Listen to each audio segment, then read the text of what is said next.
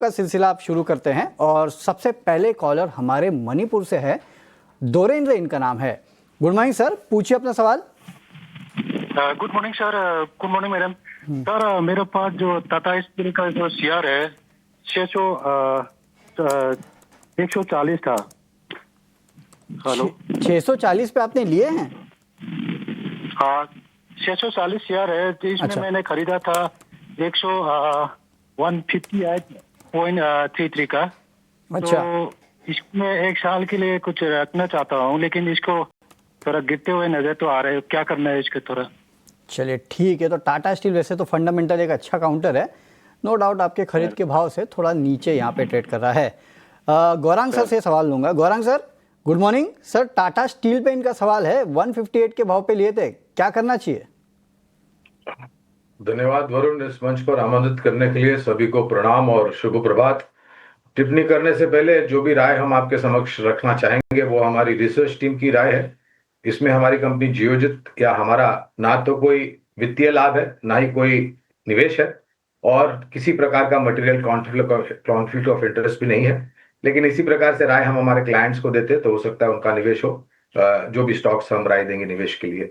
Tata steel पर पहले तो उनको यह कहना चाहूंगा कि अगर आपने लंबी अवधि के लिए निवेश किया है तो रोज शेयर के दाम ऊपर नीचे जा रहे हैं वो देखने की जरूरत नहीं है आपको, क्योंकि अगर आप ऐसा करते हैं तो आप मेरे ख्याल से कुछ ऐसे निर्णय ले लेंगे जिससे आपको आने वाले भविष्य में शायद दुख हो सकता है या पश्चाताप हो सकता है। जहां तक रहा सवाल धातु क्षेत्र पर, हमारी रिसर्च टीम के तरफ से कुछ 4 या 5 कंपनियां हैं जहां पर निवेश की राय है। और एक बात स्पष्ट रूप से ये भी कहना चाहूंगा कि अगर आपने धातु क्षेत्र में यानी कि मेटल सेक्टर में निवेश किया है तो आपका जो समय सीमा या नजरिया है वो कम से कम 2-2.5 साल का होना चाहिए, क्योंकि वित्तीय या फिर अभी जो परिस्थिति है, एक तो अमेरिका के तरफ से टैरिफ स्टील और एल्यूमिनियम पर, और दूसरी तरफ चाइना के तरफ से जो खबरें आती हैं उसका असर देखने को मिलता है। लेकिन अगर आपका लंबी अवधि का नजरिया है तो हमारी रिसर्च टीम से बने रहने की राय है। एक बात ये भी जोड़ना चाहूंगा कि अगर कोई कारणवश बाजार में गिरावट आती है और अगर आपको ये 140 या 130 के नीचे वो जाता दिखता है तो आपके पास लंबी अवधि के लिए निवेश लायक पूंजी है तो थोड़ा बहुत जोड़े, जिससे आपका जो निवेश का स्तर है वो नीचे आ जाएगा।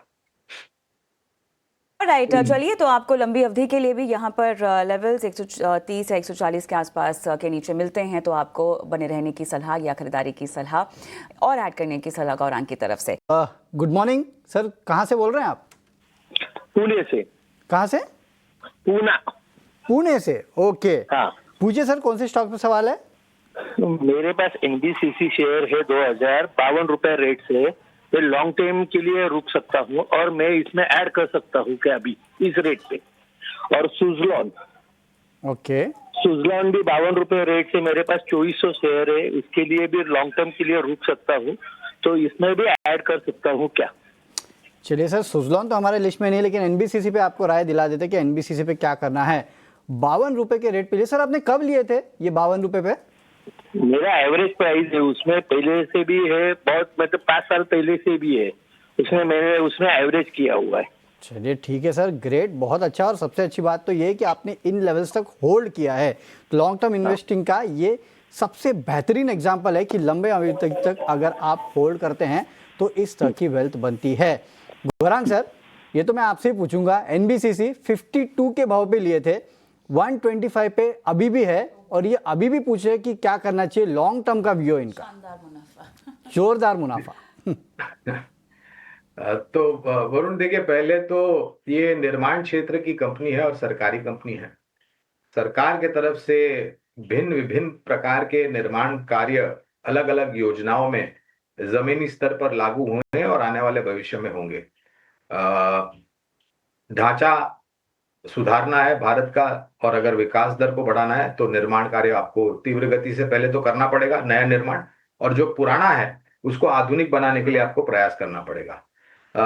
हमारी टीम के तरफ से यहाँ पर बने रहने की राय है लंबी अवधि के लिए। और सबसे बेहतरीन बात यह है निवेश की कि जो निवेश का स्तर है वो काफी नीचे के तरफ, अगर आप उसकी तुलना करते हैं मौजूदा जो दाम चल रहा है करीबन 125 के आसपास, तो लंबी अवधि के लिए बने रहे।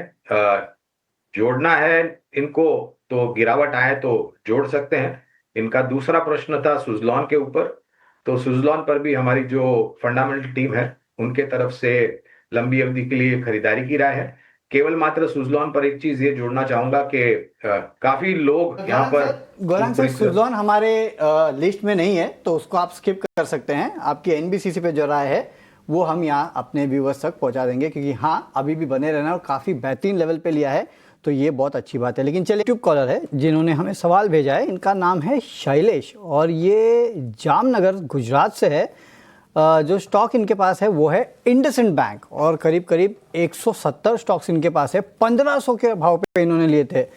कंटिन्यू करना चाहिए, होल्ड करे या सेल करे? ओ, ये बड़ी दिक्कत की बात है क्योंकि इंडसइंड बैंक वहाँ से आधा हो चुका है और उनको काफ़ी नुकसान भी हो रहा है। तो सर, सबसे पहली मेरी सलाह तो आपको यही होगी कि कभी भी आप स्टॉक खरीदे तो स्टॉप लॉस ज़रूर रखें और बिना स्टॉप लॉस के आप प्लीज़ काम मत कीजिएगा।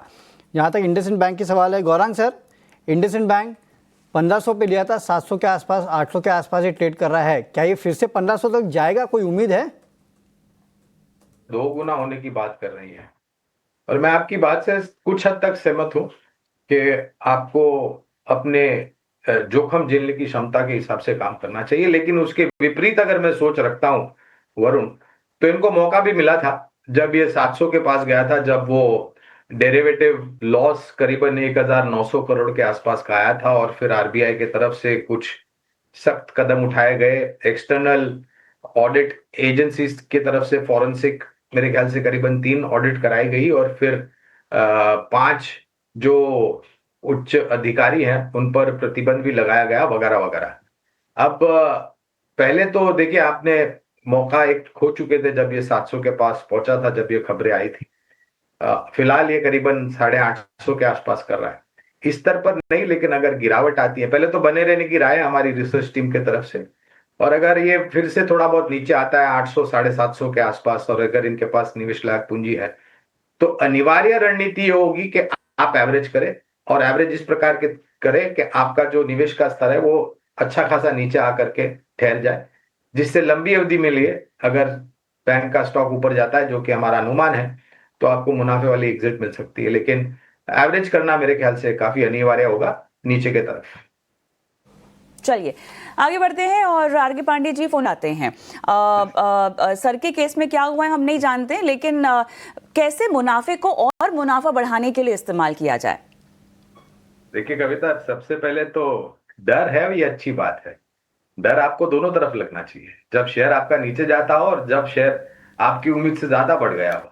अब जहां तक रहा प्रश्न भारतीय शेयर बाजार का, यानी कि इंडियन कैपिटल मार्केट्स, तो ये क्षेत्र हमारी टीम को पसंद आता है।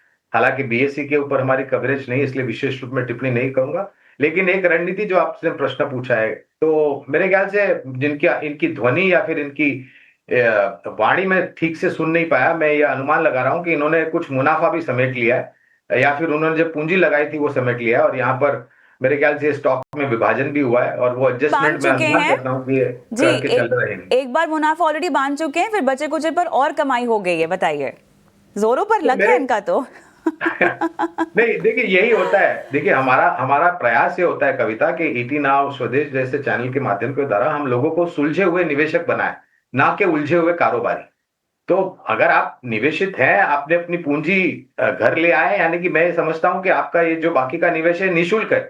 तो जब निःशुल्क निवेश है तो आपको किस बात का डर लग रहा है? आप अपनी पूंजी तो घर ले आए, तो फिर आपको चिंता नहीं करनी चाहिए। और मैं एक बात बताना चाहूंगा, अगर आपका ये अनुमान है कि भारतीय शेयर बाजार और भारतीय शेयर बाजार से जुड़ी हुई कंपनी आने वाले 3 साल 5 साल या लंबी अवधि के लिए भारतीय शेयर बाजार अच्छा रुझान लेकर के आएगा, तो उससे जुड़ी हुई कंपनियां, चाहे वो प्लेटफॉर्म प्रोवाइडर हो, सर्विस प्रोवाइडर हो या फिर इंटरमीडिएटरीज हो, सभी जो सक्षम और मजबूत कंपनियां हैं कविता, वो भी बेहतरीन रुझान लेकर के आएगी। काफी आसान भाषा में आपने ये बात समझाई और पांडे साहब को एक बार फिर से मुबारकबाद। हमें काम करते तारुफ में करा देती हूँ। गौरांग शाह मेरे साथ है, अजीत मिश्रा मेरे साथ है। तो गौरांग, सीपीआई का बूस्टर डोज आपको कितना काबिल लगता है बाजार को 25,200 के ऊपर ले जाने में और टिके रहने में? देखिए मेरे ख्याल से इतना आसान नहीं होगा कविता, क्योंकि हमने प्रयास किया है 25,200 के पार जाने का, लेकिन परिस्थितियां और वास्तविकता ऐसी है कि वहां पर हम टिक नहीं पाए हैं। एक चीज मुझे आज जो अच्छी लगी कविता, वो है इंडिया विक्स। इंडिया विक्स अगर आप देखेंगे, पिछली बारी जब मेरी नजर पड़ी थी तो इंडिया विक्स करीबन 14 के नीचे 13.5 के आसपास था। ये एक योगदान देने वाला कारण हो सकता है, जिससे वोलेटिलिटी जो है वो नीचे आई है, यानी उठापटक जो होती है वो नीचे आई है। मैं उम्मीद तो बिल्कुल करूंगा कविता के 25-200 के पार जाकर के हम बंदे। और एक वास्तविकता ये भी है कि पिछले 3 या 6 हफ्तों में ये जो एक दायरेबंद कारोबार हुआ है कविता, उससे एक नींव या फिर मजबूत बुनियाद बनने का प्रयास हुआ है। अगर हम जाते हैं 25-200 के पार और उधर टिक पाते हैं, और खास करके जो दिग्गज योगदान देने वाले शेयर्स और क्षेत्र हैं, उनसे अगर थोड़ा बहुत बैंक निफ्टी के तरफ से भी अगर योगदान आ गया दिग्गज निजी क्षेत्र के और सरकारी बैंकों में से, तो मेरे ख्याल से 25-200 के पार जाना में बहुत ही हमें आसानी हो जाएगी। और शायद 25-300 और 25-500 के स्तर नजर आने की संभावना लग रही है हमें। 300 और 25-500 के भी लेवल आपको देखने मिलेंगे, लेकिन दिग्गजों से अगर सपोर्ट मिलेगा, मेरे ख्याल से यूनाइटेड स्पिरिट्स की ये बात कर रहे हैं, क्योंकि यूनाइटेड स्पिरिट्स का नाम था ये। तो आज स्टॉक में अगर आप देखेंगे तो अच्छी खासी गिरावट, 7-7.5% के आसपास की गिरावट है। और जो महाराष्ट्र में एक्साइज ड्यूटी बढ़ाई गई है, उसका इम्पैक्ट देखने मिल रहा है। गौरांग सर, इस पे तो आपकी एक फंडामेंटल राय चाहूँगा, क्योंकि यूनाइटेड स्पिरिट्स जाहिर सी बात है कंपनी अच्छी है, लेकिन इस तरह की खबरें इनके लिए हमेशा आती रहती है। और ये गुड्स जो है बेसिकली ये इनइलास्टिक गुड्स माने जाते हैं कि इनमें अगर प्राइस बढ़ा है तो भी कंजम्पशन तो बढ़ता ही रहता है। आपका क्या कहना है सर, कितना इम्पैक्ट होगा इस खबर का इस पे? मैं आपकी बात से बिल्कुल सहमत हूँ वरुण, के ये एक ऐसा क्षेत्र है जहां पर खपत खुशी के समय भी होती हुई दिखाई देती है और गम के समय में भी होती हुई दिखाई देती है। और एक सबसे बड़ा कारण इस क्षेत्र का, अगर आप महत्व जानना चाहें, जहां तक उपभोक्ताओं का सवाल है, तो वो है ब्रांड लॉयल्टी। हाँ, एक बात सही है कि इस क्षेत्र में और भी एक कंपनी है, हालांकि ये राय नहीं है निवेश करने के लिए, केवल एक तुलना करने की बात कर रहा हूँ, जीएम बेवरेजेस, जो कि एक low and high spirit manufacturing company है, और इनके प्रोडक्ट्स बहुत ही निचले स्तर पर होते हैं और इनका मार्केट शेयर भी बहुत बड़ा है। तो ये जो कदम उठाए गए हैं उससे शायद छोटी मध्यम अवधि के लिए असर हो सकता है, लेकिन खपत कम नहीं होगी ऐसा हमारा अनुमान है।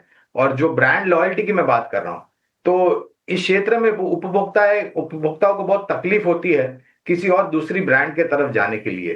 अनिवार्य होगा डिस्क्लोजर देना हमारी रिसर्च टीम की तरफ से। यूनाइटेड बेवरेजेस और यूनाइटेड स्पिरिट्स, ये दोनों पर ही सकारात्मक नजरिया है। यहाँ पर आपने अपना ऋतु, क्या आप फोन लाइन पर हैं? चलिए, सवाल यूट्यूब पर है दरअसल। गौरांग, कोचिन शिपयार्ड में इनकी खरीदारी है। एवरेज प्राइस इन्होंने अपनी बताई है 1844 इस काउंटर में, और इस पर फिलहाल आप इनको क्या सलाह देंगे? नजरिया नहीं बताया।